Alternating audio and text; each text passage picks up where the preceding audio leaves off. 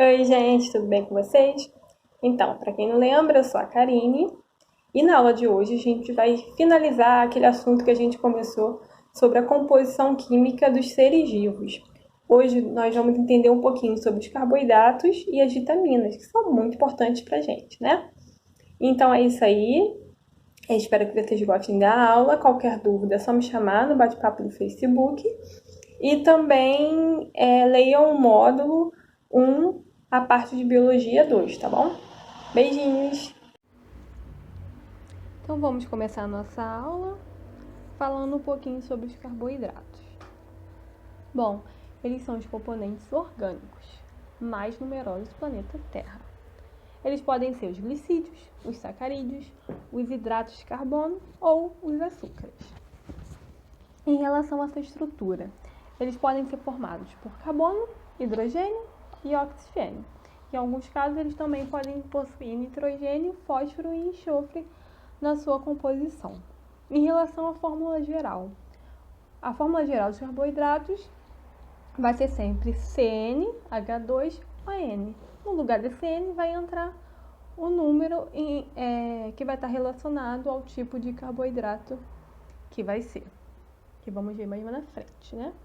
Em relação às funções, os carboidratos podem ter função energética, eles vão ser a primeira opção energética da célula.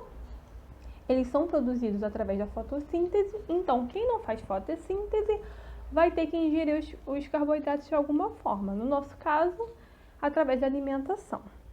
Então, a fotossíntese, além de gerar energia, ela vai gerar carboidrato. Então, o açúcar que a gente come vai ser digerido e a glicose vai entrar na nossa célula e a partir dela vai ser produzido o ATP lá na respiração celular, que aí vocês vão estudar um pouquinho mais à frente isso. Os carboidratos eles também podem possuir função estrutural.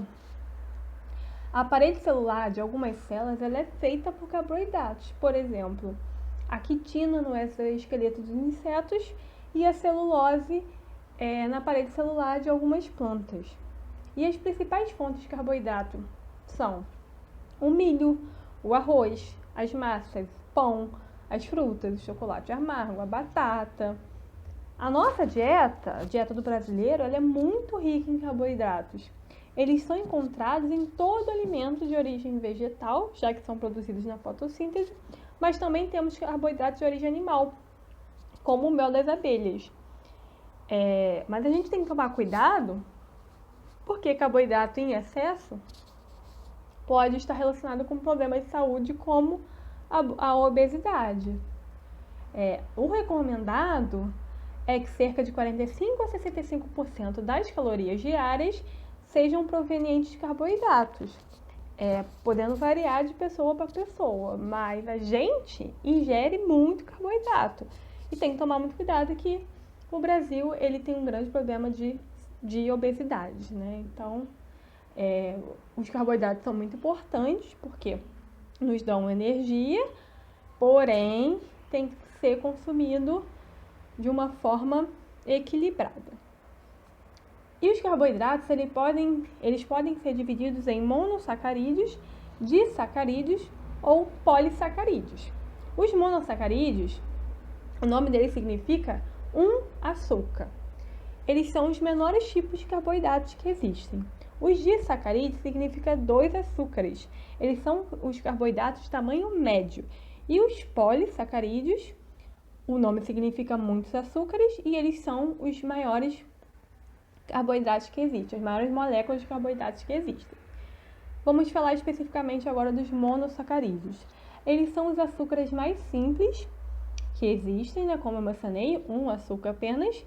Eles são representados pela forma CH2ON. Esse N quer dizer que a quantidade de carbono nele pode variar, sendo de 3 a 7 carbonos. E isso que vai dar o nome deles. Por exemplo, se for 3 carbonos, o nome será triose. Se for 4, tetrose. Se for 5, pentose. Se for 6, hexose. E assim sucessivamente. Sempre terminando com ose. Eles não sofrem hidrólise, que é aquela reação química na qual uma molécula de água quebra uma ou mais ligações químicas. porque eles são uma unidade mínima de um composto, né, apenas um açúcar. Eles são solúveis em água e a partir deles serão formados os outros carboidratos mais complexos, que são os di e os polissacarídeos. Os mais importantes desse grupo são as hexoses e as pentoses, ou seja, hexose 6 carbonos e as pentoses 5 carbonos. Em relação às hexoses, podemos ver no quadro ali no slide, nós temos 3 muito importantes, que é a famosa glicose, a frutose e a galactose. A fórmula geral desses 3 compostos é C6H12O2. O 12 no H é porque multiplicou com 2 do H que já tinha na fórmula original. Falando especificamente sobre a glicose. Ela é a fonte de energia fundamental para a célula na respiração celular. Ela é o principal açúcar do sangue. As principais fontes da glicose são pão, massa, batata. Agora a frutose. O fígado, ele transforma a frutose em glicose, que é uma molécula muito importante, como eu acabei de falar, na nossa respiração celular. As principais fontes da frutose são as frutas e o mel. A galactose. O fígado também pode transformar ela em glicose. Ela geralmente é encontrada na natureza combinada com outros açúcares. E a principal fonte são os leites. Em relação ao grupo das pentoses, nós temos a desoxirribose, que é o monossacarídeo que está na estrutura do RNA, e a ribose, que é o monossacarídeo que está na estrutura do DNA. A fórmula geral deles vai ser C5H10O5. Porém, a desoxirribose, que é a do RNA, ela não se encaixa nessa forma, ela é a diferentona, porque ela só tem ela não tem 5 oxigênios, ela só tem 4. Então, a dela vai ser C4H10O5. Então, a fórmula geral vai ser, para ribose, vai ser C5H10O5 e para desoxirribose vai ser C4H10O5. E elas são muito importantes, como já mencionei, a desoxirribose, ela está na estrutura do nosso RNA e a ribose no nosso DNA, que sem DNA e RNA a gente não seria nada. Nós não seremos nada. Em relação aos oligosacarídeos, bom, eles são a união de 2 a 20 monossacarídeos.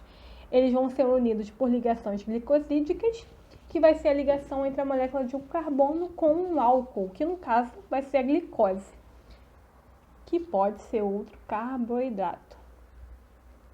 Eles podem sofrer hidrólise, que é aquela quebra pela água que eu já mencionei. Os mais importantes deste grupo são a maltose, lactose e sacarose. A sacarose vai ser a glicose mais a frutose, a junção da glicose mais a frutose. Observe que a glicose está escrito no slide de cor vermelha, só para destacar que a glicose sempre vai estar presente em todas as moléculas desse grupo, tanto na maltose, quanto na lactose, quanto na sacarose.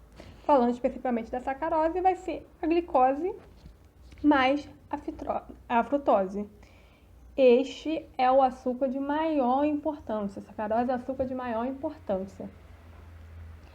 As principais fontes são o açúcar de cozinha, né, o açúcar refinado, a cana-de-açúcar, a beterraba. Ele é utilizado também para produzir o etanol, que é utilizado como combustível. A lactose é a junção da glicose mais a galactose. As principais fontes são o leite. A lactose é o açúcar do leite. A quebra da lactose, no nosso organismo, ela é realizada por uma enzima chamada lactase. Algumas pessoas elas não produzem essa enzima, que são o que chamamos de intolerantes à lactose. Provavelmente ou você é ou você conhece alguém que é intolerante à lactose.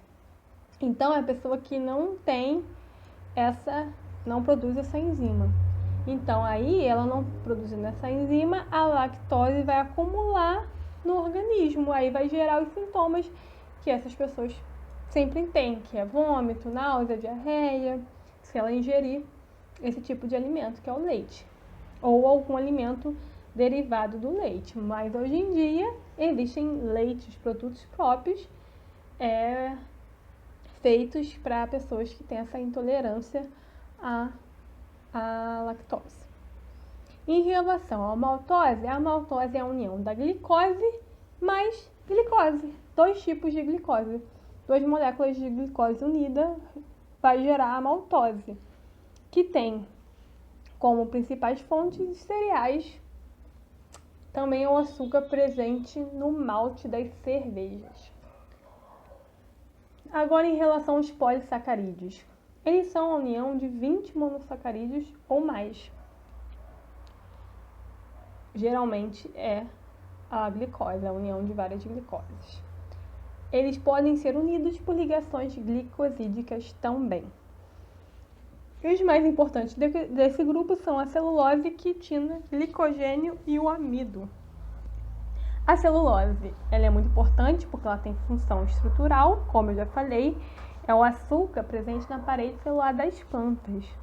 A estrutura da folha, ela é envolta por uma camada de celulose.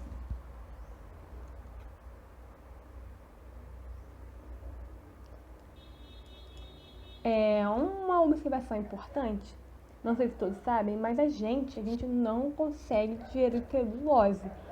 Se a gente comer o milho verde, aquele milho amarelinho, milho verde quando é verde, amarelo, se a gente comer esse milho inteiro, aquela casquinha dele é celulose, a gente não vai conseguir digerir. As nossas fezes vão sair aquela casquinha amarela, porque a gente não consegue digerir. A gente não tem enzimas específicas para digerir esse tipo de molécula, que é a celulose. Por exemplo, os ruminantes eles conseguem digerir, a gente não. Uma outra molécula muito importante é a quitina.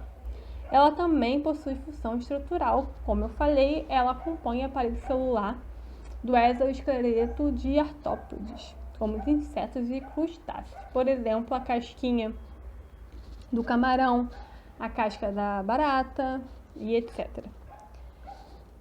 O glicogênio ele também é muito importante, porque ele tem função de reserva animal. Ele é armazenado principalmente nos músculos e no fígado e é formado pela união de várias moléculas de glicose. Quando nós necessitamos de energia, o glicogênio ele vai ser quebrado em glicose, que vai ser utilizada pela nossa célula para gerar energia.